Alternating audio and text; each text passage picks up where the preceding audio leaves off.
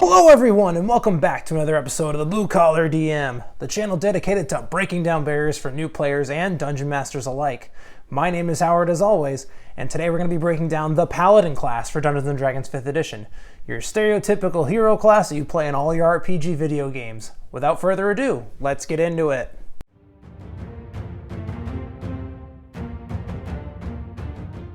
Alright, so we're talking Paladins today. Now, Paladins are a lot of fun. They're a good overall class that's well-rounded.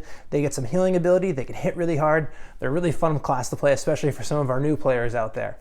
Now, in order to properly break down this Paladin from start to finish, we're actually going to go over to the computer and actually break down a first-level character sheet, so that way we have a good understanding of what goes into that first-level Paladin. Then we're going to come back here, and then we're going to go over the rest of that Paladin progression from level 2 all the way up to level 20, so that we have a good feel of what we have to look forward to. Now, if you have any questions about the Paladin or anything else Dungeons & Dragons in general, make sure you leave a comment down in the comment section below. Also, make sure you subscribe and hit that notification bell for the channel because there's a pretty good chance I'm going to answer some of your questions in a future video. Without any further ado, let's go over to the computer. Alright, so now that we're over here at the computer, we can go over the rest of the Paladin class. So if we want to come down here, we can actually get to the dnd.wizards.com website. That's going to actually show us this guy right here who's going to have all of our character sheets. We're going to open him up, and then we're actually going to pick. I picked this one just because I only need one sheet right now, but if you have a different spellcast or something like that in the future, you want to pick maybe this one. The rest of them are all just kind of different flavor ones you can choose from. And then we're going to come here, and this is our guy, Gregory the Grand. He's a very grand man. He is a Paladin 1. He's a human. And the reason why we picked human guys is because I want to make sure that there's no confusion between what is a class trait and what is a race trait. So that's why we picked human. Humans are the simplest ones that you can pick in the game. They only get a +1 to their ability scores over here on the left, and that's why I picked them. Now, if we wanted to be something else, like if we wanted to be an elf or something like that, we're going to get some weird abilities that I don't want you guys to get confused by. So we just get +1 to all of our ability scores. And I use the standard array to calculate these ability scores. And the standard array is just a use of the numbers 15, 14, 13, 12, 10, and 8, and distributed them amongst all of these scores here. And then we add 1 for our humans, so we get all these scores. And the reason why I put them in this order is because these are the ones that I'm going to think are advantageous for my Paladin. Your Paladin can be different if you want, but based on kind of the way the character class is made, our important things to have are going to be our strength and our charisma, so that's why I put a lot of points there. The next thing we're going to figure out is our hit points. Paladins get a D10 hit die, which is really nice. We're going to have 1 of them at first level, making our hit points 12, because the way we calculate is based on the highest number we can roll here, which is a 10. And then we're going to add our Constitution modifier of a +2 to make that 12 total. If we wanted to talk about level up, if we leveled up, we would roll that D10, figure out that number, say it's a 5, then we would add our +2, and then that would make 7, so then our hit points at level 2 would be 19. That's just an example, but you could roll something different. You could roll 10s every time, I don't know. The next thing we're going to figure out is our proficiencies. Our proficiency bonus, just so everyone knows, is +2 at first level, so things to keep in mind, +2 first level. And then we come down here. Now for armor, we're proficient in all armor, if I can spell, and shields. So we're going to be proficient in every kind of armor type in the game, which is going to be really helpful for us as a Paladin. All right, so then the next thing we're going to talk about is weapons. So then for weapons, we're going to be proficient in simple, if I can spell, simple, and martial weapons. So we're going to be able to basically pick any weapon we want in the game, which is going to be really nice. And then for tools, we're actually not going to be proficient in any, but that's okay. We're not really concerned with that with this character. And then we're going to come up here and we're going to figure out our saving throw proficiencies. And like I said, 2 + 2 is going to be a proficiency bonus here at level 1. We're going to be proficient in both wisdom and charisma saving throws, which means we can add that proficiency bonus. So now we're going to be a +2 to our wisdom save and a +4 to our charisma save, which is going to be really good. And then we're going to be able to pick from some of these skills down here. So we're going to be able to pick 2 skills from the list of athletics, insight, religion, athletics, insight, intimidation, medicine, persuasion, and religion. So yeah, religion was on the table anyway. We're going to actually pick athletics, and we're going to pick persuasion, I think, because I want my guy to be able to kind of talk to people and be very persuasive and influential. So that's why we're going with that there. And then we're going to come down here to equipment. Now for equipment, we're going to be able to choose between a few things. So we're going to be able to pick between a martial weapon and a shield, or 2 martial weapons here at first level. I'm going to pick the long sword, which is a martial weapon, and I'm going to, if I can spell again, and I'm going to pick the shield because I just like the idea of my Paladin being the long sword and shield wielding kind of guy charging into battle. So that's why we're going to pick that there. And then we're going to be able to pick between 5 javelins or any simple weapon. I'm going to pick the 5 javelins just because I want to be able to use my strength modifier to throw my javelin. That's basically the real reason why. And then we're going to be able to pick between a priest pack and an explorer's pack. I'm going to go with the explorer's pack. Just seems like a good idea for me. There's benefits for each one, but I think for an explorer's pack, I'm projecting my guy's going to be out adventuring. I'm going to want the explorer's pack to start off with. And then we're going to be able to get the chainmail, and we're going to get a holy symbol. Now, the holy symbol is going to be used kind of as our spell focus to kind of channel our spells. And I'll leave a link up here for kind of some rules about magic for you guys, so you can understand why we would want to use that, and just to have a general idea how magic works. And then we're going to figure out our armor class now. So our armor class is going to be based off of, obviously our armor. Now, normally under normal circumstances, if we're not wearing armor, it's going to be 10 plus our dexterity bonus. Now, different armor types have different influences on the game. Our chainmail is actually just going to give us an armor class of 16 flat. Now, there are some armor classes like medium and light armor that allow you to add your dexterity bonus if you need to, because you can. But in our case, we're not going to be able to. And then I also want to put down here that we're actually going to have disadvantage on stealth checks because because we're wearing the heavy armor, and I'll even put HA so that way we're on the same page here. Our initiative is going to be a +1 from that dexterity bonus down here. And then our speed is going to actually be 30 feet because that's how far humans can move, is 30 feet on their turn with their speed. And then we're going to come down here, we're going to talk about our weapons. So our weapons, our first thing we're going to put in here is our longsword, and our longsword is going to have an attack bonus of +5, and that's going to actually be derived from our proficiency bonus plus our strength bonus here, because that's going to be our attack stat. Now, some weapons have the finesse property that allows you to use your dexterity, but for our case, we're using our strength bonus because we're just not going to worry about that. And our longsword is going to be 1d8 plus 3 piercing, because that longsword is got a 1d8 damage die, and then the 3 piercing is going to actually come from our attack stat again to give us that. The next thing we're going to put in here is our javelin. Javelin's going to actually be the same bonus of a +5 to hit, and then it's actually going to do 1d6 damage plus 3 piercing again, because that's the damage type of the javelin.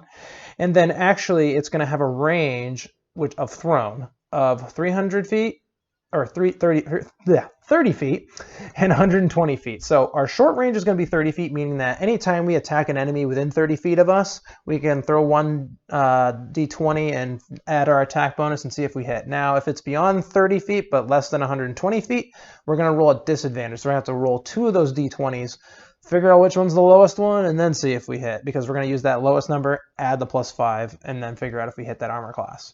And then the next thing we're going to do is actually talk about our abilities that we get at first level. So the first one we're actually going to get is called Divine Sense. And what Divine Sense allows us to do is that we can use our action to detect basically any celestial, fiend, thanks autocorrect, or undead within 60 feet,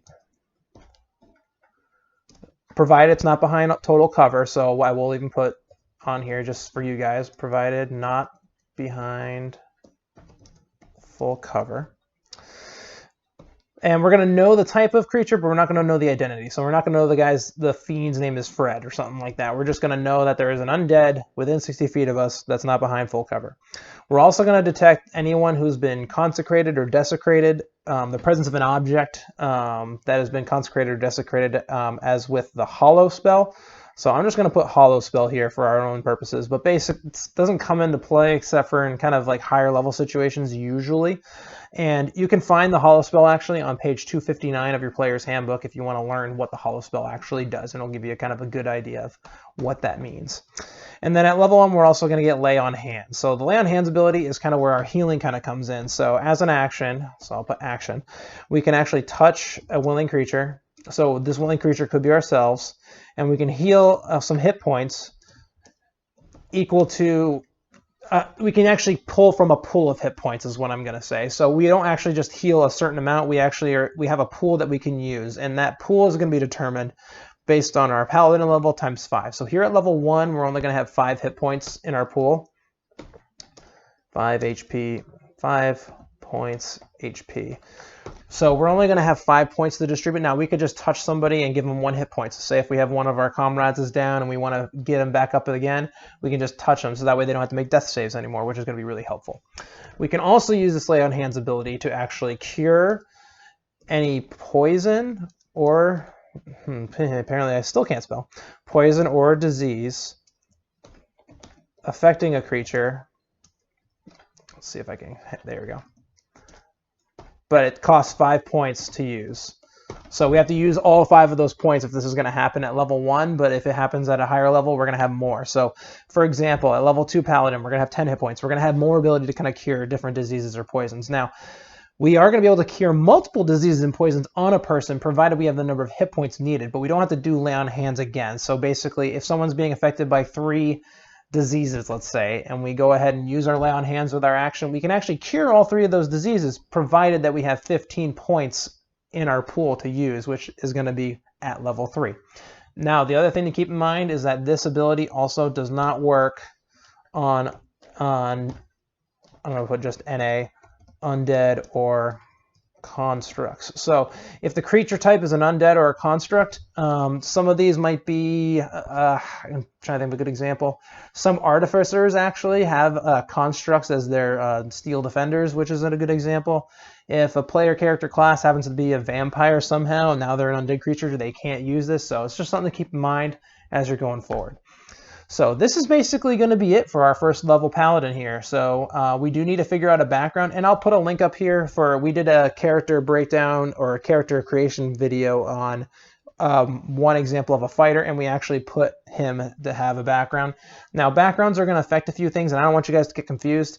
Backgrounds will usually give us some skills. They might even improve a couple other things too. So I don't want you guys to get confused here, but just know that you do have to pick a background before you go ahead and play your game. But basically, this is everything we need. We have a really big armor class so we can get in the fight.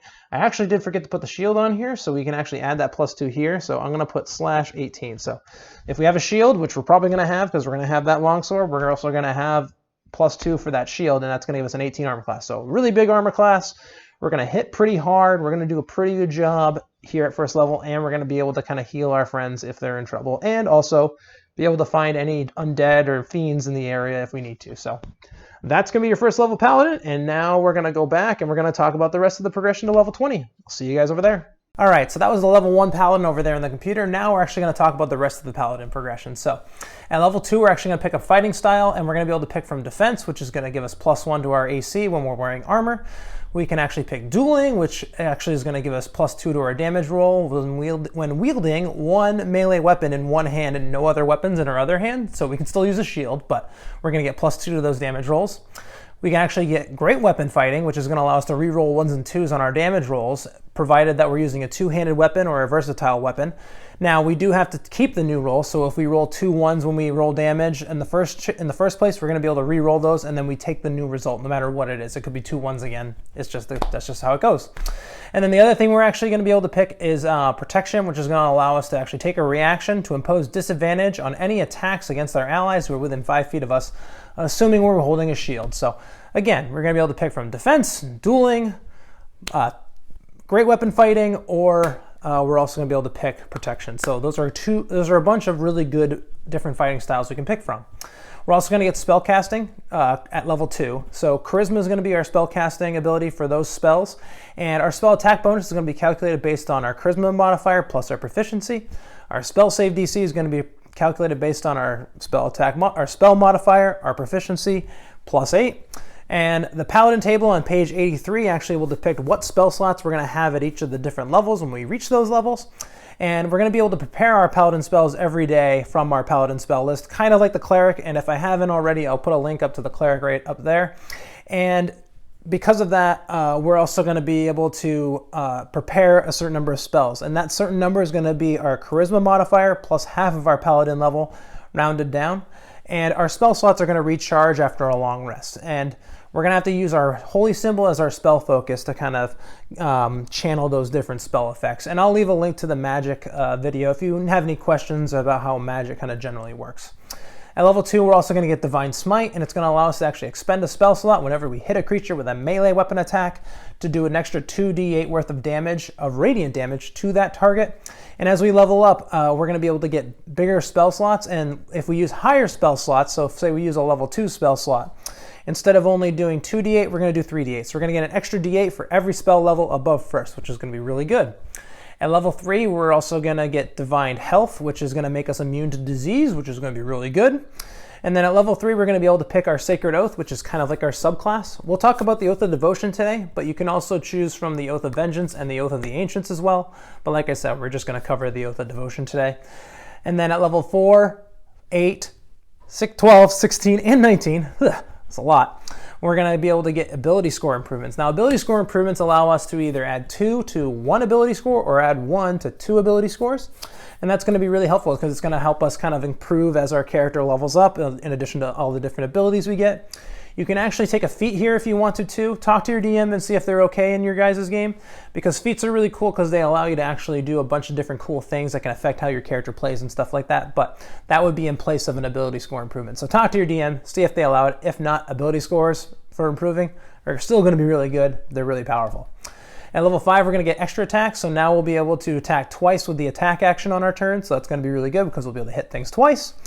At level 6, we're going to get Aura of Protection, which basically means whenever an ally within 10 feet of us or ourselves is subject to make a saving throw, we're all going to get a bonus to the roll equal to the Paladin's Charisma modifier. So this is also going to improve, and the range on it is going to improve up to 30 feet at level 18, which is going to be really helpful. So anytime we have to roll a saving throw, or allies have to roll a saving throw, and they're in that range, depending on what level you're at, they're going to be able to add your Charisma modifier to their rolls, which is really good. At level 10, we're going to get Aura of Courage, and similar thing. So within 10 feet, our allies and ourselves can't be subjected to the fear condition, and assuming that we're conscious, big thing to take into account there. And this range is also going to increase to 30 feet at level 18 as well. At level 11, we're actually going to get improved Divine Smite, so whenever we hit a creature with a melee weapon attack, we're just going to deal an extra d8 radiant damage anytime we hit with a melee weapon attack. And this is still going to count with our Divine Smite. So if we do hit something, we're going to actually roll our damage, and we're going to roll that d8, and then we're going to roll our Divine Smite damage on top of that, which is really good. And then at level 14, we're going to get Cleansing Touch, and we're going to be able to actually use an action to end a spell effect on ourselves or on a creature that we touch, assuming they're willing. This is going to be equal to a number of times equal to our Charisma modifiers, and we're going to be able to recharge them after a long rest. So basically what that means is that if there's a magic user let's say someone cast Hold Person on somebody, and we want to make it so that way that person isn't subjected to that anymore, we can actually walk over, touch them, they're fine. It's good. And then now let's talk about the Oath of Devotion. So now that was our base Paladin stuff. Now we got to talk about our oath, Sacred Oath. So Oath of Devotion is what we picked. Like I said, we could have used Oath of the Ancients or Vengeance, but we're not gonna. But just so you guys know, Oath of Devotion Paladins, they practice the tenets of honesty, courage, compassion, honor, and duty, and are normally role-played as those kind of individuals. So keep that in mind. Definitely your very classic hero in a lot of our RPG games that we play at home on our TVs. At level 3, we're also going to get, as part of our Oath of Devotion, we're going to actually get some Oath of Devotion spells, and these are always going to be prepared. This isn't going to take away from the number of spells we can prepare. They're just always going to be prepared. Then we'll prepare our other spells based on what we talked about before. The spells that are always going to be prepared for us at level 3 are going to be the Protection from Evil and Good and Sanctuary spells. This is also we're also going to get more of these spells that we're going to be able to prepare. So at level 5, we're going to get Lesser Restoration, Zone of Truth, and then we're going to get Beacon of Hope and Dispel Magic at level 9. We're going to get Freedom of Movement, and we're going to get Guardian of Faith at level 13, and we're going to get Commune and Flame Strike at level 17. So really nice, good spells there for our Oath of Devotion Paladins. And then we're also going to get Channel Divinity, kind of like the Cleric, and I've already linked that, I believe, but if I haven't, I'll link it here too. But we're going to get Channel Divinity, and we're going to get one use of Channel Divinity, and there's 2 effects that we could choose from to make it happen. And we're going to take a shorter long rest to recharge that use, but we'll be able to use a couple times a day, assuming we rest a couple during the day. One of the uses we can actually use it for is Sacred Weapon, and basically as an action we can imbue one of our weapons we're holding with positive energy for 1 minute, and we can actually add our Charisma modifier to the attack rolls made with that weapon, which is going to be really helpful. The weapon's also going to emit bright light for 20 feet, and then it's going to emit dim light for 20 feet beyond that range of 20 feet. And the weapon's going to become magical for the purposes of overcoming magic resistance to non-magical, like bludgeoning or resistance to non-magical weapons, if it wasn't already. If it was already magical, it doesn't change anything. It's just so that way you guys know, if you have a non-magical weapon, it'll become magical under this effect. And we can end this effect early if we want to, like say if we want to snuff that light out. As part of our action on any of our turns, if we're not holding the weapon or not carrying it, or if we fall unconscious, the effect's also going to end. So keep that in mind as well while you're playing your game. We're also going to be able to choose Turn the Unholy as one of our channel divinities as well, if we want to, depending on what situation we're in. And basically what Turn the Unholy is going to do is it's going to allow us as an action to present our holy symbol, and every fiend or undead that can hear us within 30 feet or see us within 30 feet is going to have to make a wisdom saving throw. And if they fail, they're going to be turned for 1 minute or until they take damage. So these turn creatures are going to have to spend their entire turn moving as far away from us as possible as they can on their turn. And they're not going to be able to willingly move within 30 feet of us. They're also not going to be able to take reactions. For their action, they can only dash, or they can use an action that's going to allow them to escape from something that prevents them from moving. And if they can't move at all, they're going to be allowed to only take the dodge action. So they're going to try and get away from us as quickly as possible. So if we need to put some room between us and our opponents, it's going to be really good. At level 7, we're going to get Aura of Devotion, and this is going to allow us and allies within 10 feet of us to be unable to be subject to the charm condition, provided that we're conscious. And that range is going to also improve again to 30 feet at level 18. So we won't be able to be charmed by anything at level 7, which is going to be really good. At level 15, we're going to get Purity of Spirit, and basically what this means is that we're always going to be under the effect of the Protection from Evil and Good spell, which is one of our prepared spells. You can find what that does on page 270 in your player's handbook, or usually you can find that kind of spell online, because that spell isn't necessarily one of the more uncommon ones. It's easy to kind of look up and find on some of those resources on the internet. And then at level 20, we're going to get our capstone ability, and it's going to be called Holy Nimbus. And basically, as an action, we can emanate an aura of sunlight within, for 1 minute in a 30-foot radius of bright light, and then 30 feet of dim light beyond that range. And whenever an enemy starts its turn in the bright light, it's going to take 10 radiant damage. So we're going to be kind of doing damage constantly. It's going to be great. And then as a result, we're going to have advantage on saving throws against any spells cast by fiends or undead, which can happen. So it's a good thing also in our case, so that way we'll be a little bit more resilient to some of these weird spell effects that some of these undead or any of these fiends are trying to cast on us. And this ability is actually going to recharge on a long rest, which is really good. And that, ladies and gentlemen, is the Oath of Devotion and the base Paladin for you guys. I hope you guys all had a great time. I know there's a bit of information in there. If you have any questions, I'm sure you will. Make sure you leave a comment down in the comment section below. I'd be more than happy to answer those questions. Make sure you also subscribe to the channel and hit that notification bell, because I'm probably going to answer some of your questions in a future video. Until next time, guys, I hope you guys learned a lot about the Paladin, and I hope I see you guys soon.